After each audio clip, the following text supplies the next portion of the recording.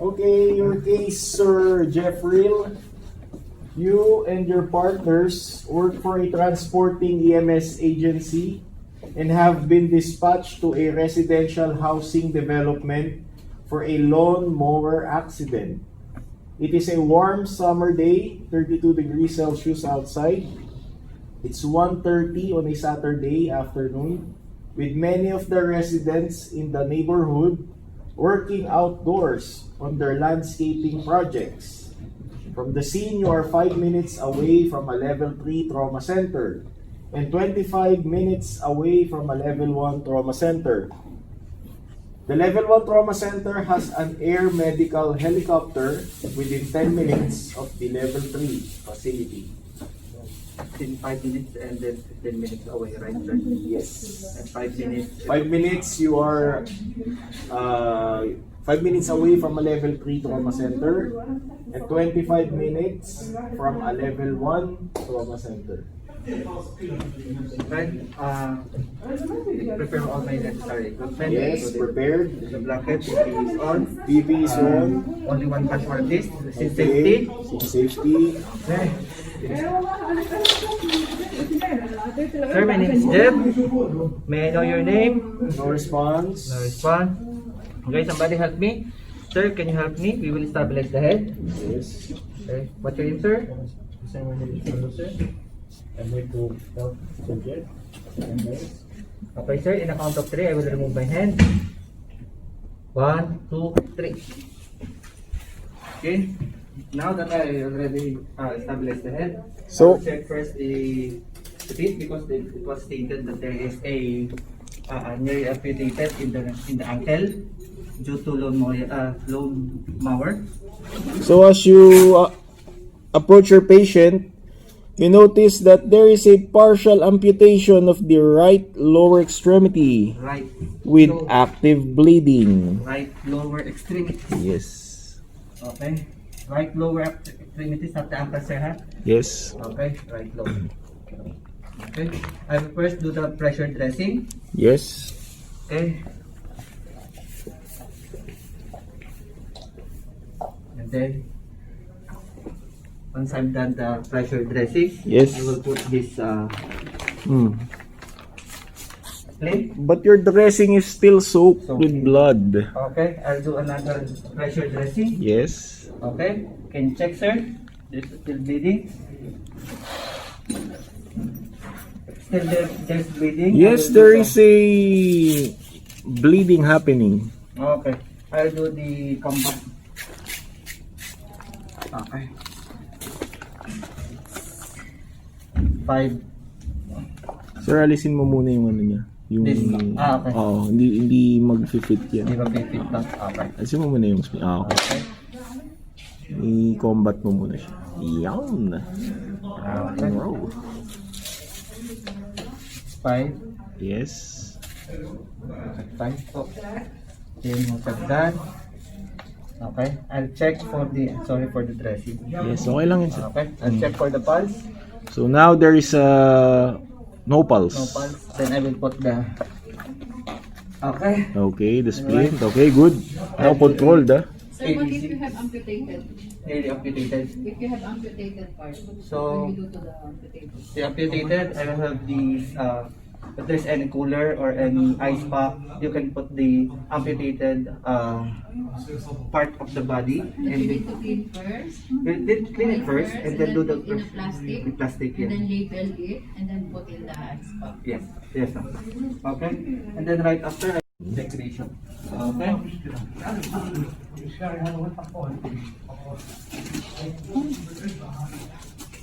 And do the suctioning. Okay. First, I will measure. Okay, put down on the ball. Okay, measure.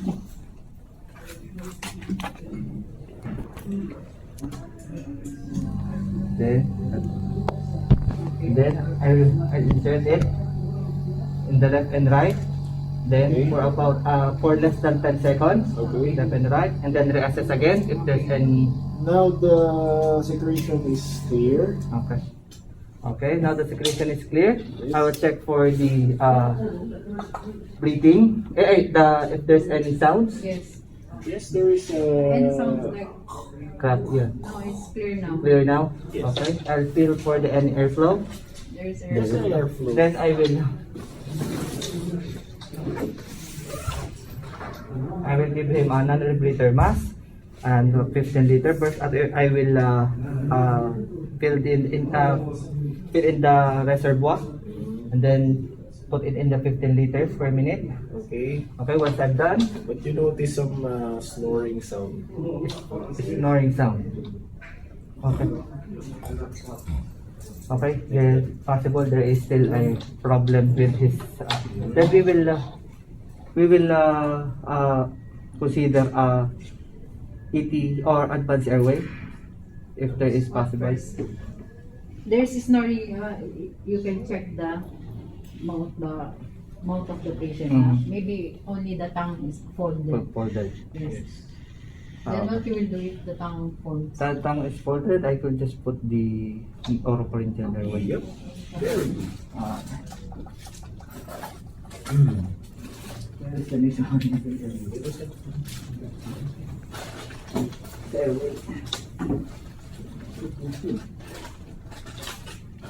Ito yung pinaglalagay.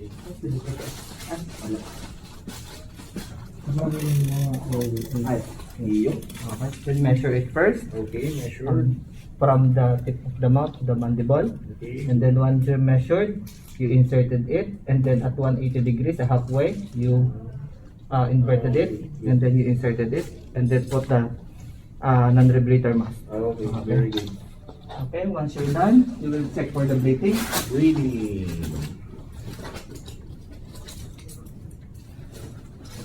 You will check for the breathing. Excuse me, sir.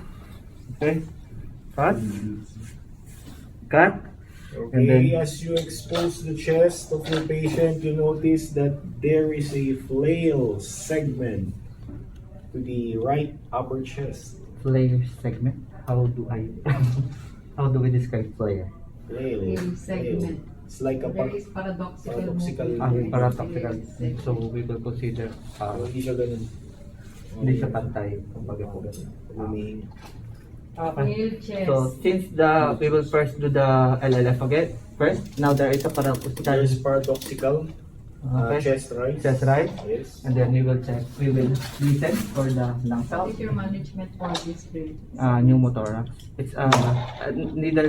Maybe it's if it's confirmed that it's pneumothorax. We will do the needle decompression. Okay, confirm first your okay. Good air entry. Good air entry. Good air entry. Good air entry. That's good. No muffled heart sound. Okay. Hmm. The patient has good air entry. Mm. So So what will be your management? I have here if we have pillows or anything, we can Yes. put it here, Okay. and then so that there's a compression and it not being moved. It will serve as It your is stabilized. splint, It will serve as your splint. You will Split, not yeah. put binder on the chest because it will restrict the Allow for breathing. it will restrict the And for Sir, this saan one, lang yung pillow? Sa tagiliran lang? hindi. Tagiliran. sa harap. Sa harap. Okay. And you will consider advanced airway for this patient, huh? Advanced airway. Yeah. Yeah, we will Wala consider. splinting. Wala siya. Kasi hindi siya as per our training sa Right nose, PHTLS. not splint. Wala talaga. Iti-take mo lang. Iti-take mo lang dito This girl walang pillow. Pillows lang. Oh, may pillow pero iti-take mo lang, hindi mo siya ibabinder. Hindi pa yan. Not in the side, ma'am, ha? In the front. Oo, sa so it's in mismo the side. sa Affected. affected sa, di ba, sa right side, sabi niya. So dito, Oo, dito rin ilalagay, ma'am. ganun. Pag conscious na yung patient, pwede niyang yakapin lang. Pero pinagtatanong lang pa itong case na to. yakapin niya Kasi lang. yung iba, sa ibang bansa kasi, sa Amerika, ganyan daw, nilalagyan ng bulky dressing or Bulky or dressing. unan dito. Abdominal. Pero kapag sa UK naman daw, Hindi na binder nila. pain management lang. Pain management. Kasi sobrang sakit niyan. Kasi may fracture sa loob, may basic, may fracture yung Kapag bone sa huminga, loob. sakit. So, kapag hihinga yung pasyente, sobrang sakit niyan. Kaya Yeah. pain management lang at saka iti-tube kung meron kang kasama. manggagana. Ilan kailan dito, ma'am? At saka positive Hindi na- pressure ventilation, parang yun na yung ginagamit na splinting. splinting na. Kaya pinagtatayo ng In our practice, it's the bulky dressing. bulky dressing. It's a bulky dressing. That's what called the bulky dressing. I don't know exactly the word, but that is what. Okay, and if you have patient, for example, you have sucking chest wound, ano yung dressing na As ibibigay? a three-way occlusive dressing. Three-sided. Three-sided occlusive dressing. Positive dressing. By the way, that's a plastic dressing. It's not a gauze. Okay. Okay? Okay. Then after we will check for any crepitus. Yes, there's crepitus. Yeah. It's Painful. Yeah. But your patient is Unconscious. Okay. And then after I will once I'm done with the assessment again, I'll check for the lower extremities. Okay, as you exposed the lower extremities. Ito rin problema. Multi-system na kasi tayo, sir. Kasi bukas ganyan na kayo. There is a multiple lacerations to the upper and lower extremities. At the left or right? Both. Yes. But minor bleeding. Minor bleeding. So if there's a minor bleeding, it's still laceration, I will do the simple dressing. Yes, good. Okay. Upper. Then upper. Okay. Then upper. Okay. And which part of the lower? Maybe at the same same side. Okay. Once I'm done, I'll check for the radial pulse. Okay. Check for the characteristic. Okay, there's no pulse. There's no pulse. Since we considered already the advanced airway a moment ago, I just told you earlier, if there is no pulse in the radial pulse, we will consider as the okay, carotid check the pulse. carotid pulse, sir. Tomorrow that will be your case. There is no radial pulse. Where will Okay. you check? At the Check in the carotid carotid pulse. pulse. Okay. Wala. The carotid artery cannot locate. Okay. Okay, there's pulse There's in the carotid. pulse. Okay. And then we will check. That's all we're nasa ko. Joke lang, bro. Tulog na yan. Taba naman po Tulog dyan. na pala. Hindi niya ako narinig. And then check for the temperature, color, and moisture. Pale, cool, and diaphoretic Okay. skin. And then for the radial pulse. Radial pulse. Ay, radial pulse. Ano yun? Kapilya rin radial. Yun na. Less than 3 seconds. Less than 3 seconds. Okay. I'll check an IV, obtain LR 1 liter, and regulated at IV bolus in the antecubital fossa using the gauge 14. Yes. Very nice.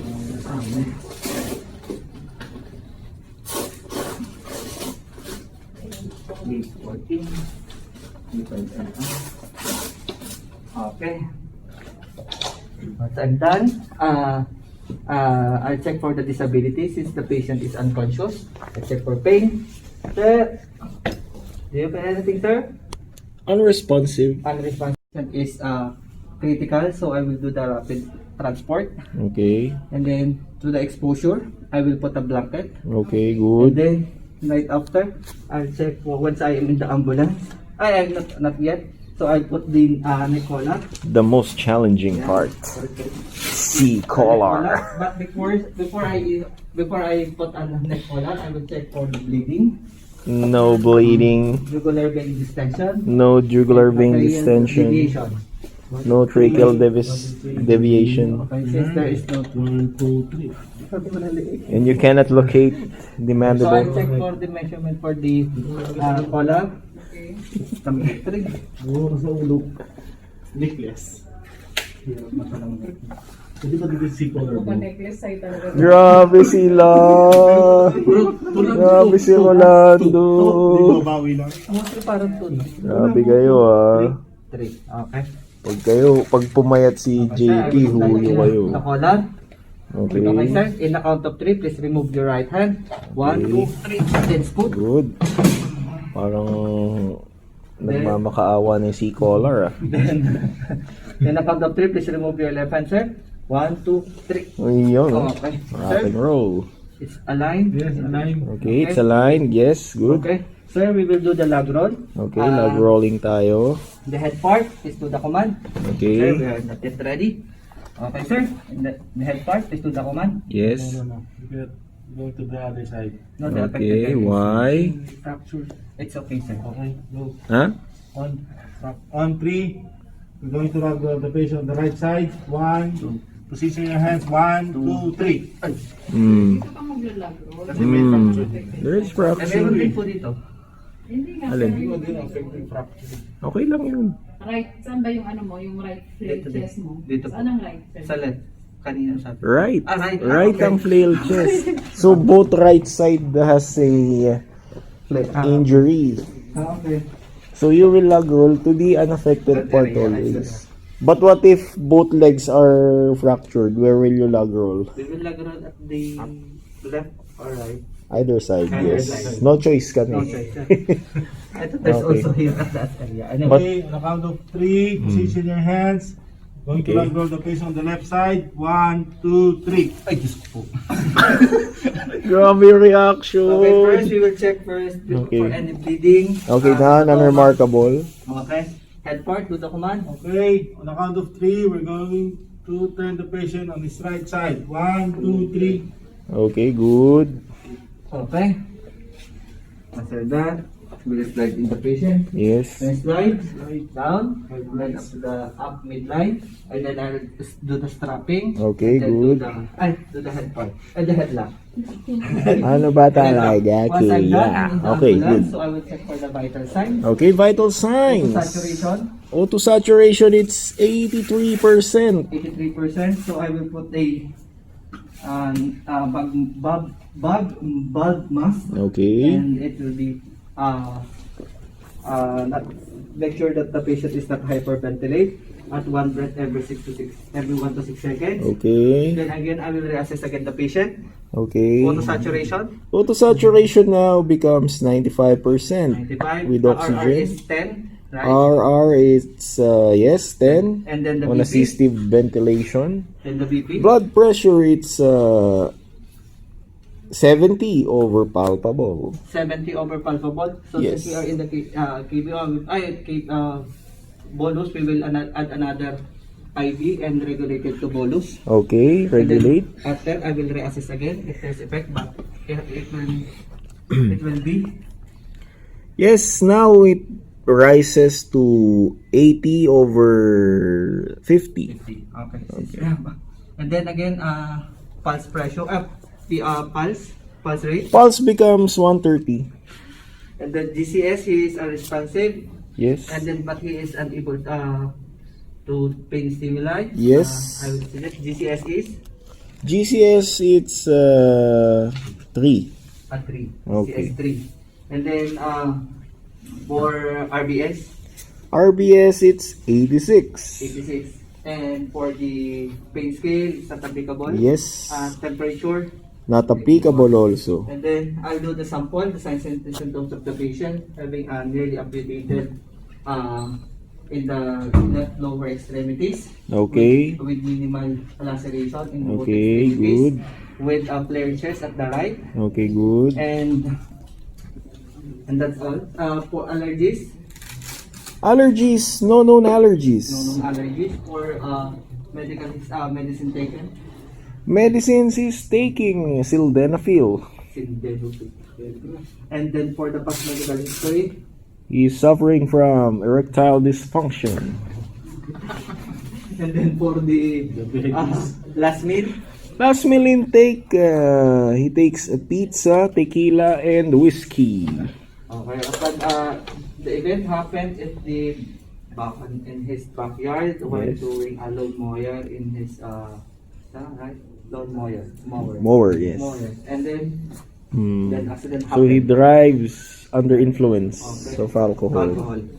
And then I will do the head-to-toe examination. I will Okay, do the good. PHTLS. Okay. First, I will do the head, palpate it. perform the Okay, PHTLS. there's a minor laceration on his scalp.